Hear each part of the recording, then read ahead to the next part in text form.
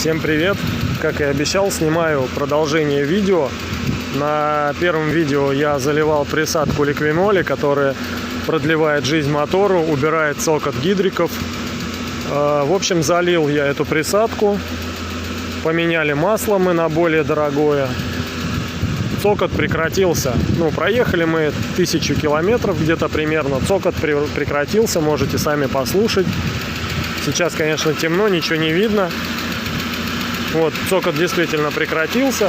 Но суть в том, что я отдал 40 тысяч рублей за другой двигатель. Мы взяли 406 двигатель, поставили другой двигатель, про тот забыли. Ребят, если у вас начинаются катить гидрокомпенсаторы, тут два момента. Либо масло, масляный фильтр, как пишут, забит, либо просто движку пришла пизда.